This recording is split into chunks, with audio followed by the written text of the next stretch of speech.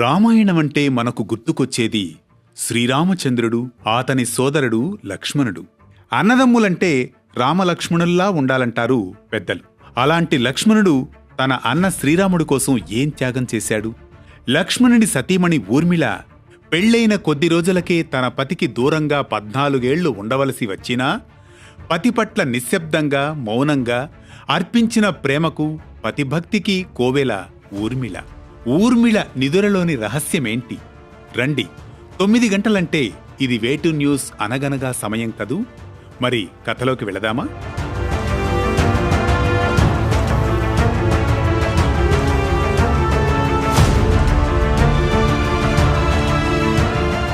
అనగనగా అది త్రేతాయుగం. అయోధ్యలోని రాజమందిరం. అయోధ్యలో ఆనందోత్సవ వాతావరణం కాస్త ఒక్కసారిగా విషాద ఛాయలను అలుముకుంది. శ్రీరామునికి 14 సంవత్సరాల వనవాసం విధించబడుతుంది. తరువాత లక్ష్మణుడు తన అన్న వదినలతో పాటు వెళ్లాలని సంకల్పిస్తాడు.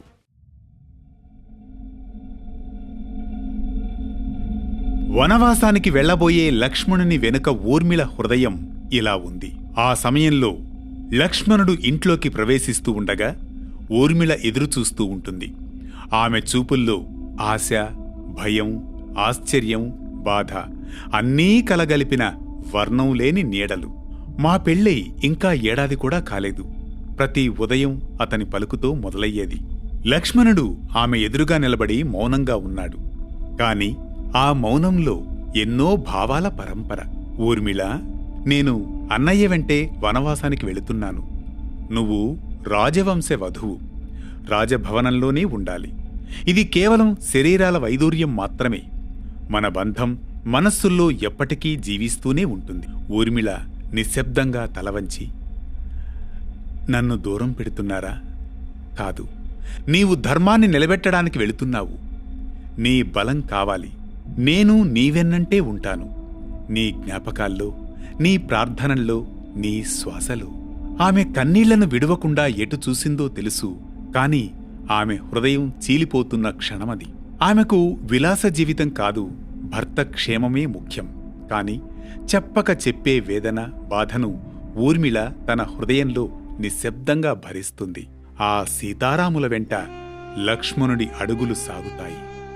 ఆ క్షణం నుండి లక్ష్మణ హృదయ కోవెల ఊర్మిళ చిత్తశుద్ధితో తన జీవితాన్ని ధ్యానంతో నింపుకుంటుంది. ఇది ఆమె నిష్కల్మష ప్రేమకు, పతి భక్తికి, ధర్మానికి అంకితమైన తొలి అడుగు.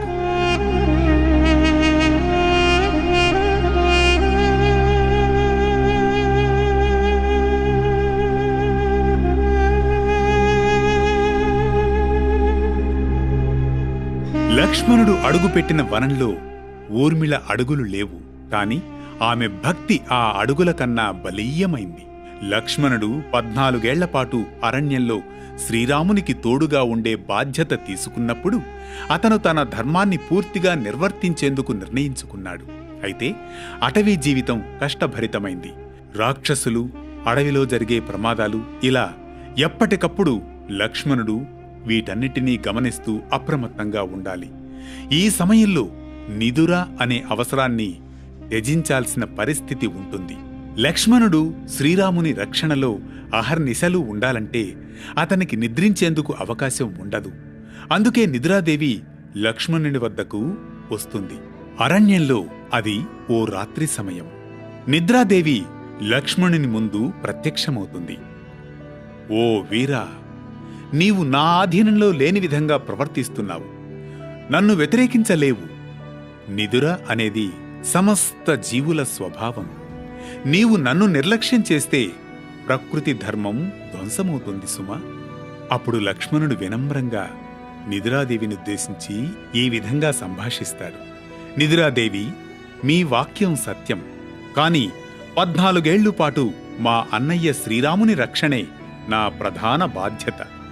నాకు నిదుర అవసరం లేదని కాదు. ఈ ధర్మసేవకు నేను నా శరీరాన్ని సమర్పిస్తున్నాను.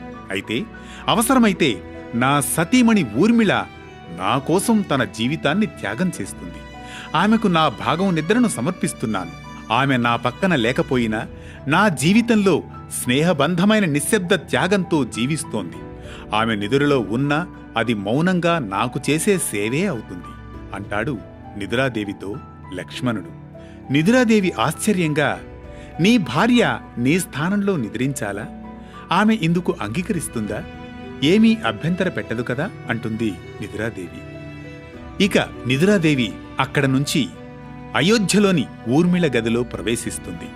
ఆ సమయంలో, ఊర్మిళ, నీ భర్త నీ తపస్సును గర్వంగా భావిస్తున్నాడు. అతని భాగం నిద్ర నీవు భరించగలవా? అరణ్యంలో అతని నిశ్శబ్ద సేవకు నీవు సహకరిస్తావా అంటూ ఊర్మిళను ప్రశ్నిస్తుంది నిదురాదేవి. ఊర్మిళ శాంతంగా ఇలా అంటుంది, లక్ష్మణుడు ధర్మానికి జీవిస్తున్నాడు. నా జీవితంలో అతను దేవుడైతే అతని సేవే నాకు పరమార్థం. నా కళ్ళు మూసినా నా హృదయం అతని వెంటే ఉంటుంది. ఈ నిదుర తపస్సుగా స్వీకరిస్తాను. అతని నిశ్చలత్వానికి నా మౌనమే అర్పణ అంటూ తన ఆమోదాన్ని సంతోషంగా అంగీకరిస్తుంది. ఈ నిదుర సాధారణ నిద్ర కాదు, తపోనిద్ర.